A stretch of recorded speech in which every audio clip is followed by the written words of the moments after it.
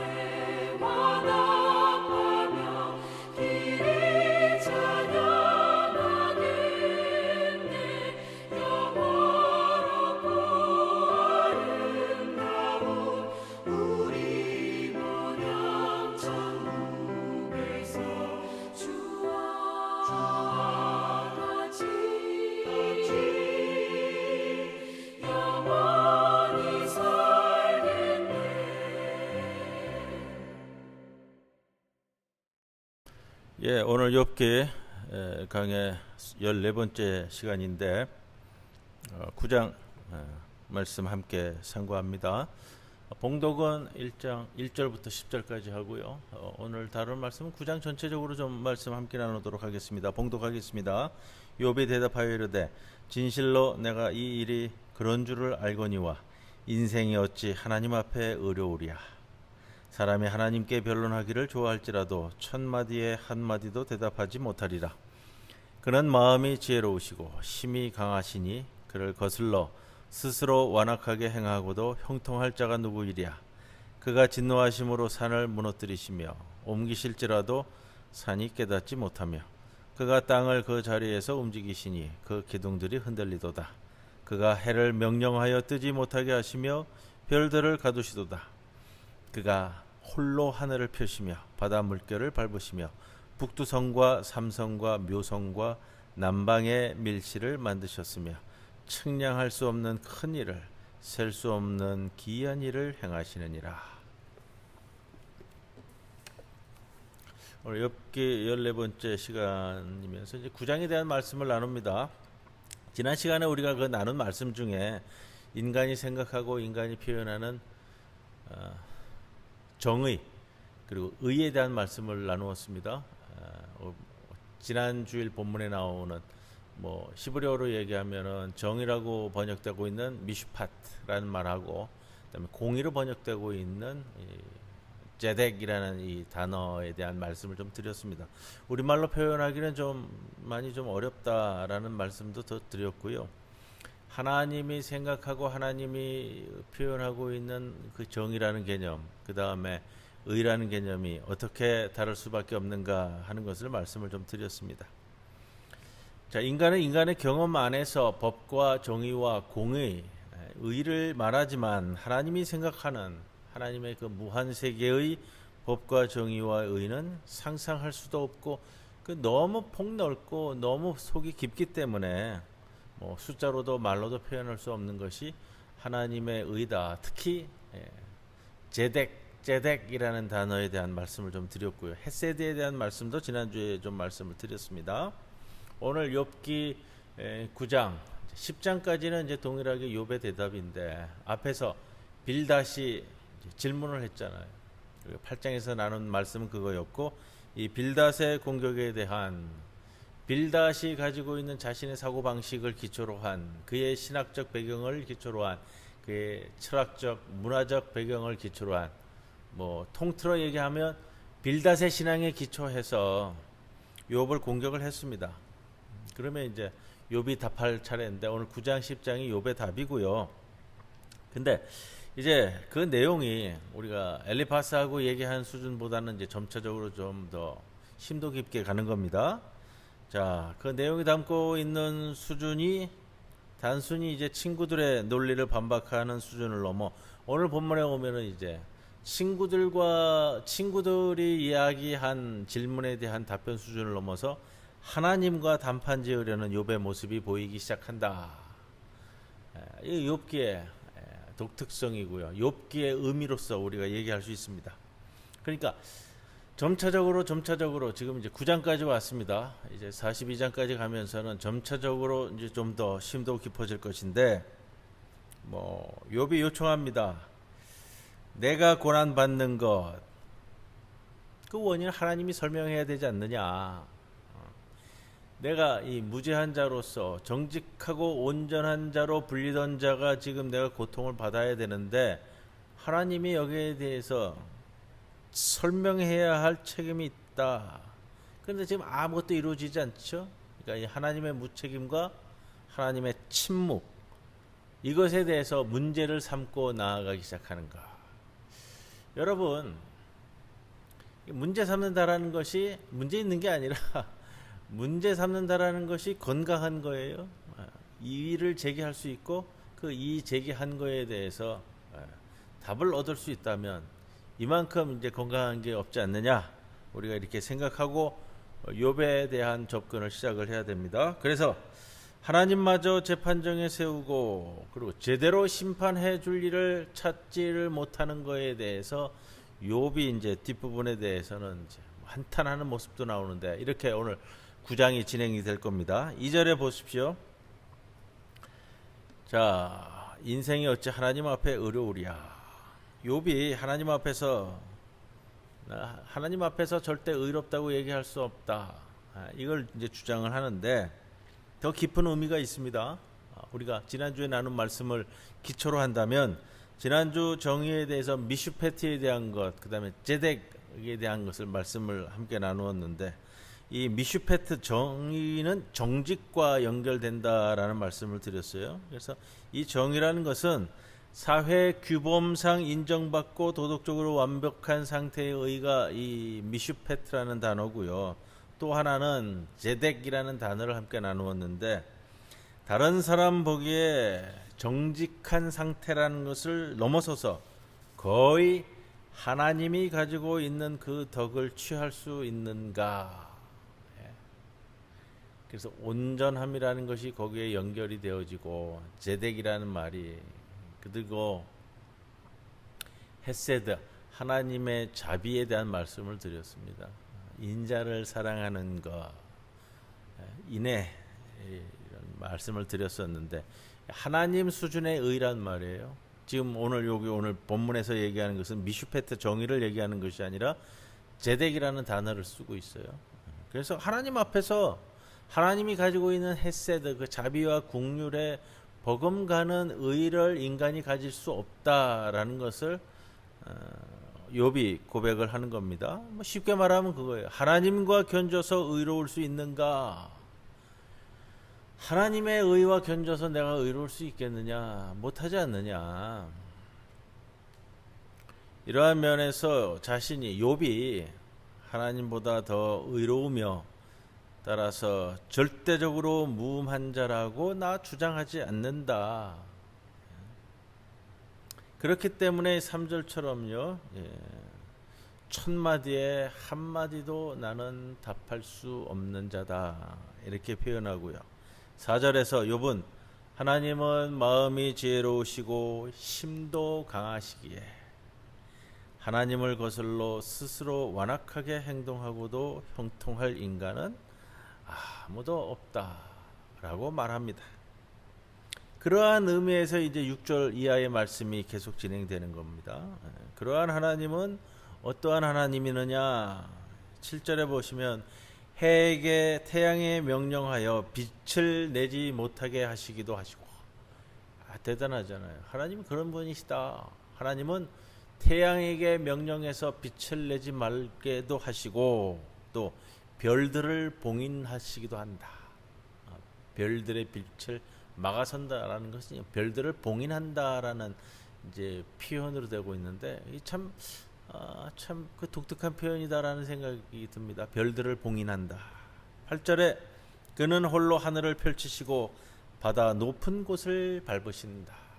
오늘 요거는 제가 이제 번역한 건데 직역을 하면은 이렇게 되어 있죠. 그가 홀로 하늘을 펴시며 바다 물결을 밟으시고 8절입니다.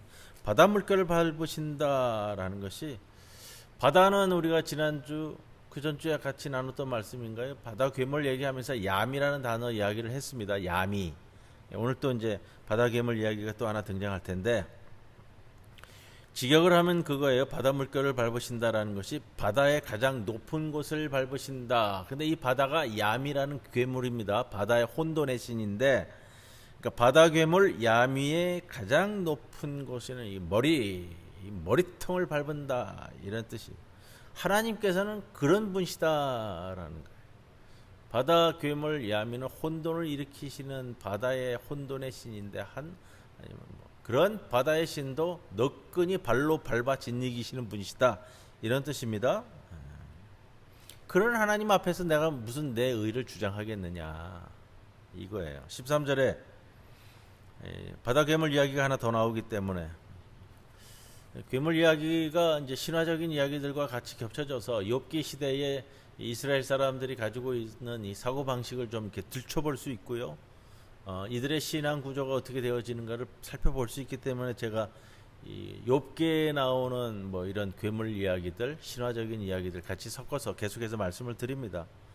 그래야 이 욥기가 진행되어지는 것들을 조금 좀 풍성하게 이해할 수 있거든요. 13절에 하나님이 진노를 돌이키지 아니하시나니 라합을 돕는 자들이 그 말에 굴복하겠거든. 라합을 돕는 자들까지도 굴복시키신다라는 의미예요. 라합이라는 것은 바다 괴물인데 구약 성경에 한 5번 정도 그 단어가 등장을 합니다. 또 바다 괴물은 우리가 앞에서도 몇 개의 괴물 같이 얘기했잖아요. 레비아단이라는 리워야단에 대한 것도 얘기했고요. 또 탄닌이라는 이야기도 나왔었고요. 지난 본문에. 자, 이런 바다 괴물이 의미하는 게 뭐냐? 간단히 말하면 이 땅의 평안을 위협하는 혼돈 세력으로서 등장합니다. 성경에서도요, 오늘 욥기에서도 마찬가지인데 성경적 의미로는 창조주 하나님께 반역하는 잠재적인 반역자들. 고대 가나안 신화와 바벨론 신화에서부터 등장했다고 그래요. 거의 이제 이 바벨론 신화, 가나안 신화에는 신적인 존재입니다. 신화에는 신의 이야기, 신들의 이야기잖아요. 자, 거의 신적 존재로서 창조주와 맞서는 자로 등장하는 혼돈의 신입니다. 말 그대로 이제 창조는 질서를 잡아가는 거고요. 혼돈은 어지럽히는 거잖아요. 그러니까 창조자의 적대자로서 등장합니다. 그런데 이러한 가나안 문화, 가나안 신화와 바벨론 신화에 대한 내용이 구약에 편입되면서 어떻게 바뀌어가냐면 이게 점차적으로 자꾸 바뀌어가요. 이게 이 괴물들도 하나님의 창조물로서 편입이 된단 말이에요. 그런데 구약 성경에는 이런 괴물들이 시면이라는 무저갱 같은 깊은 곳에 봉인을 쳐서 감금된 자들로 등장을 합니다.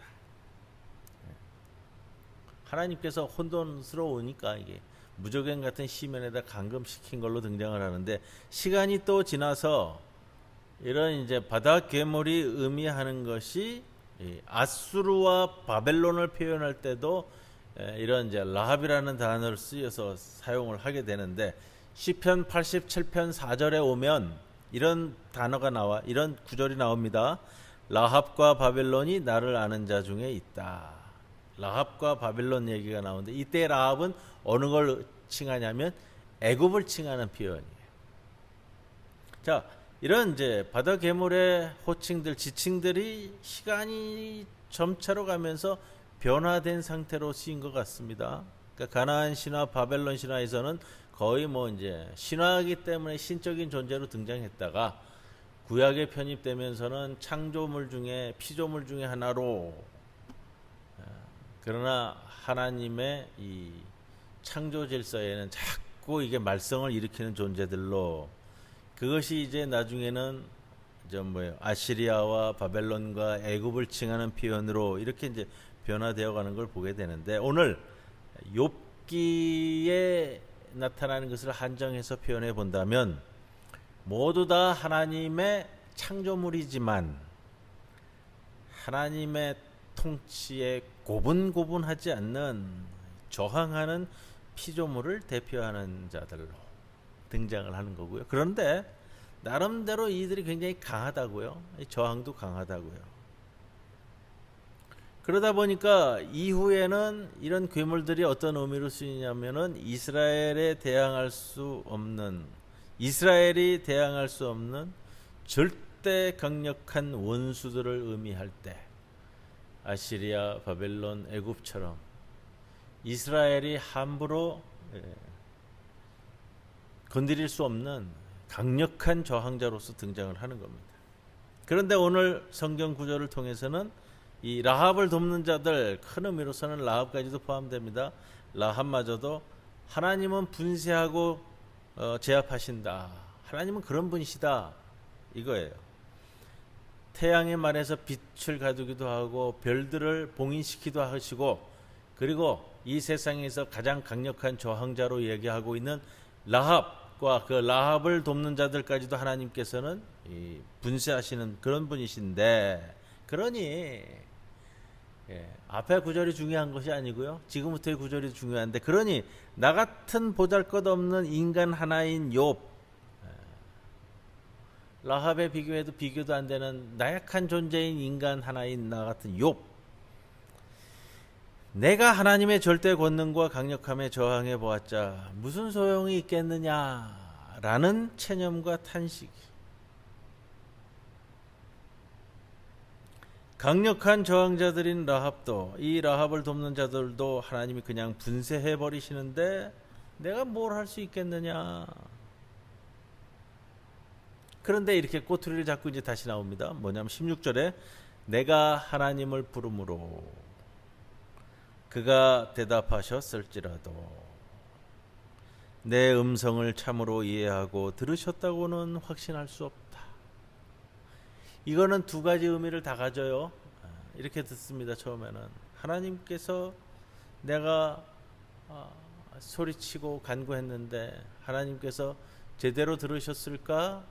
왜 응답하시지 않을까? 그런 하나님이 대답하셨을지라도 내 음성을 제대로 이해하고 들으셨다고, 참으로 들었다고 나는 확신할 수 없다. 그렇기 때문에 나는 오늘도 소리친다. 두 가지가 되는 겁니다. 결국 그거에 하나님의 절대 권능, 태양과 별을 움직이시는 하나님의 절대 권능 나 인정하겠지만 조금 비관적으로 가요. 지금 오늘 9장에 와서는 하나님의 정의와 자비에 대해서 나 확신할 수 없다. 17절 이하에 의문 제기를 하고 항의하는 겁니다. 17절 까닭 없이 나를 치시고 괴롭게 하고 숨쉬지 못하게 하시니. 20절에 내가 의로워도 내 입이 나를 치고 내가 온전하더라도 내 입이 나를 잘못되고 탓한다. 22절에 가면요, 하나님이 온전한 자나 악한 자나 모두 다 멸망시키시는데, 온전한 자, 우리가 몇 차례 말씀을 드렸습니다. 탐이라는 단어를 쓴다고요. 이게 나중에 신약에 오면 도마라는 제자의 이름이 되는데, 톰이라는 이름, 탐이라는 이름이 여기서 나옵니다. 이 히브리어 자체는 온전하다 할 때 탐이에요. 탐. 세상이 말할 때 온전한 자나 또 악한 자, 이 악한 자는 세밀하게 표현하면 범죄자를 얘기하는 거예요. 세상의 모든 지탄을 받는, 정말로 손가락질 받는 그런 못된 범죄를 저지른 범죄자나, 세상이 정말로 온전하다고 여기는 그자나 왜 똑같이 멸망해야 합니까? 하나님. 22절 말씀이거든요. 이게 9장에 있어서는 제가 여러분들에게 드릴 수 있는 주제 선구와 같다라고 생각합니다. 왜 하나님 온전한 자나 범죄자나 같이 취급을 하십니까? 하나님 왜 온전한 자나 범죄자나 똑같이 멸망해야 됩니까? 이 고통을 당해야 됩니까? 이거거든요. 결국 매한 가지 아닙니까? 이 표현은 그동안 주류 유대 신앙이 가지고 있는 개념을 한 번에 무너뜨리는 말이에요. 하나님께서 온전한 자나 범죄자나 똑같이 멸망시키신다. 그리고 온전한 자로서 그러한 고난을 겪어야 한다면 그것이 인생이라면 난 잘 모르겠다. 이거거든요. 그래서 23절에 재난이 닥쳐 죽는데 무지한 자도 그렇게 죽는다. 그렇다면 이 세상에서 하나님이 비웃음거리가 되는 것 아닙니까? 그래서 욥이 결론을 내리는데 그 결론이 참 참담한 결론으로 이어집니다. 세상이 악인의 손에 넘어갔고 재판관도 얼굴을 가렸다. 욥이 접근하는 건 그거예요. 자신이 죄 없이 당하는 고난을 인과론적으로 해석하지 않고 원인과 결과에 의해서만 내가 잘못해서 내가 죄 지어서 징벌받는다. 지금 일반적인 신학으로는 그렇게 가는데 그렇게 접근하지 않고요. 하나님의 절대적인 통치 방식, 그 속수무책이다. 나 그거 인정한다. 인정하지만 내가 지금 당하는 고난을 당연한 일로 순순히 받아들이는 정도로 나 수긍하지 못한다. 이겁니다. 여러분, 이게 솔직한 신앙이에요. 건강한 신앙이라고요. 못 받아들이겠다면, 수긍하지 못하겠다면 하나님께 소리칠 수 있어야 되는 거예요. 내가 당하는 것이 이게 맞느냐, 내가 왜 이렇게 당해야 되느냐, 그런 거거든요.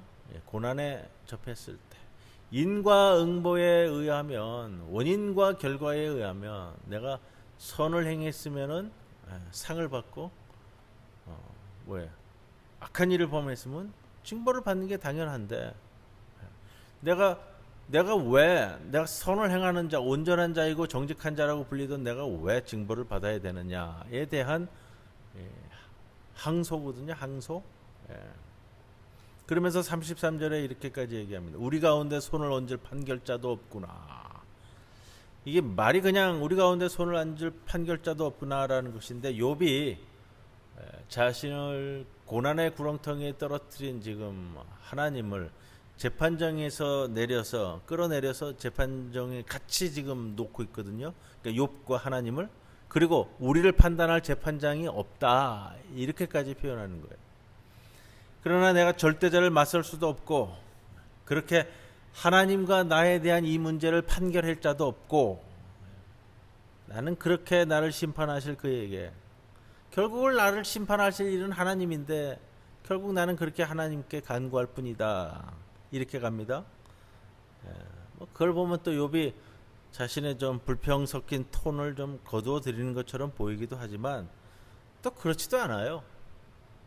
그게 이제 6절에서 8절까지 이루어지고 있는 하나님과 나는 좀 비대칭적인 관계다. 하나님은 어떤 분이시냐? 바다의 이 높은 것, 바다의 머리를 짓밟기도 하시고 태양도 움직이시고 별의 빛도 봉인시키시고 이런 분이신데 하나님과 나를 비교한다면 비대칭적 관계 아니냐. 그런 내가 하나님께 맞설 수 없다는 것이 한스럽다. 욥의 세계관이 좀 비관적으로 가고 있습니다. 재판관의 얼굴도 가려졌고 하나님은 세상을 악인의 손에 맡긴 것 같고 무신론보다 더 비참한 사상이라고 보여지는데요. 그러나 이것이 건강한 신앙이고요. 욥의 중요성이 여기에 있습니다. 하나님 재판관 사상이라고 하는데 하나님이 재판하시는데 이러한 권능자, 하나님 앞에서 변호할 자, 중보자 누가 있느냐, 증인이 누가 있느냐, 나를 참으로 하나님께, 심판관 아닌 하나님께 나를 제대로 이해시킬 수 있는 자가 과연 있기는 하느냐.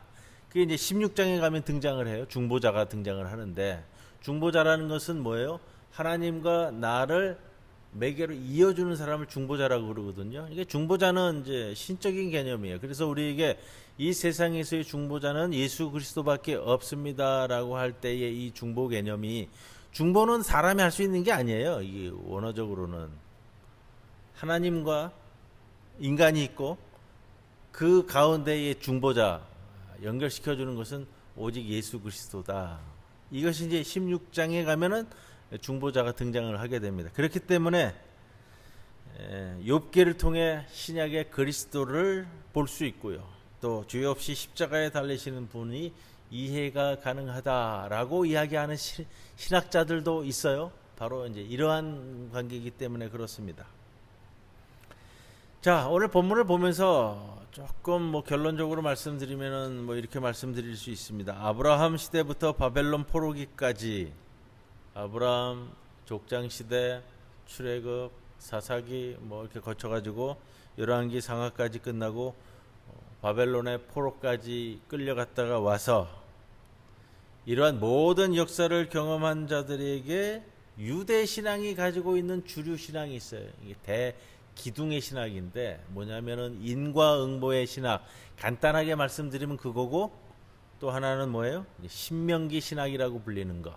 신명기에 나오는 그거잖아요. 말씀을 잘 따르면 축복받고 말씀을 잘 안 따르면 징벌을 받는다. 이게 이제 신명기 신학의 가장 간단한 이제 예화인데, 자, 욥기 신학은 이 신명기 신학이 주류 신학으로 자리 잡으면서 그러면서 이제 소위 말하는 이게 말씀 신학이기도 하지만 이 가부장 체제를 형성하는 거예요. 가부장 체제를 형성해서 이제 뭐라 그럴까요? 사제 계급과 종교에 대한 관념을 확언시키는 것.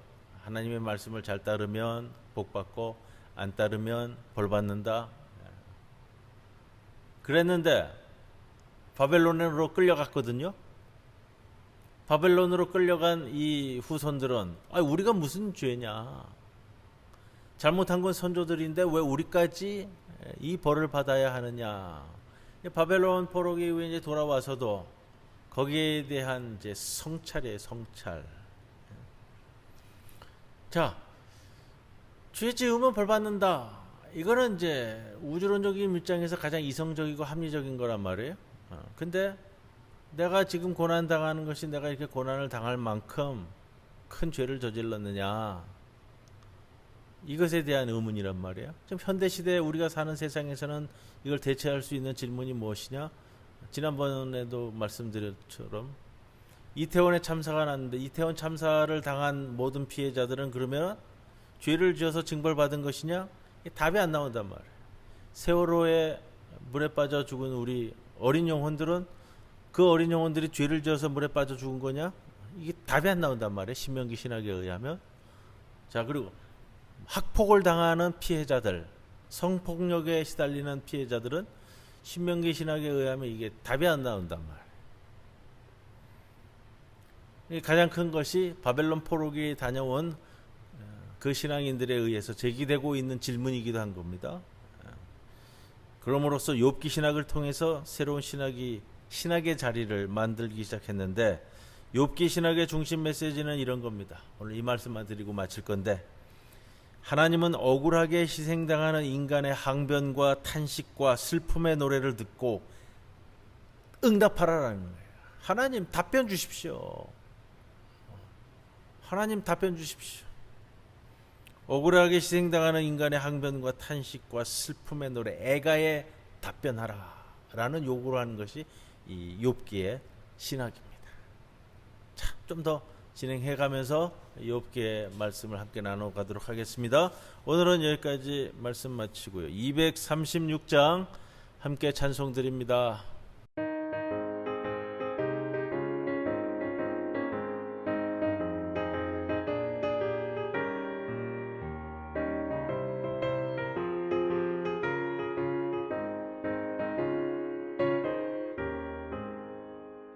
우리 모두 수고 끝난 세상 장막 벗고서 모든 근심 걱정 사라진 후에 주를 뵙고 성도 함께 면류관을 쓰리라. 새 예루살렘에서 성도들이 함께 올 때 기뻐 노래하리라. 새 예루살렘 새 예루살렘 호산나를 높이 불러 왕의 왕을 맞으리.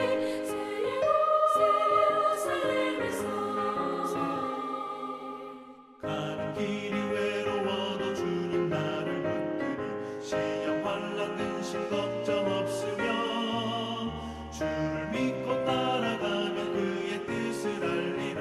새 예루살렘에서 성도들이 함께 올 때 기뻐 노래하리라.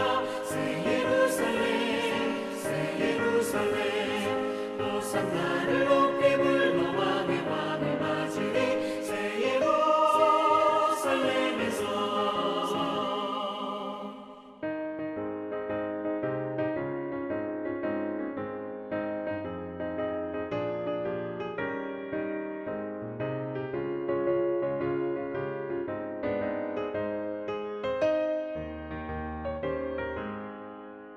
내가 세상 장렬하고 모든 눈물 거두고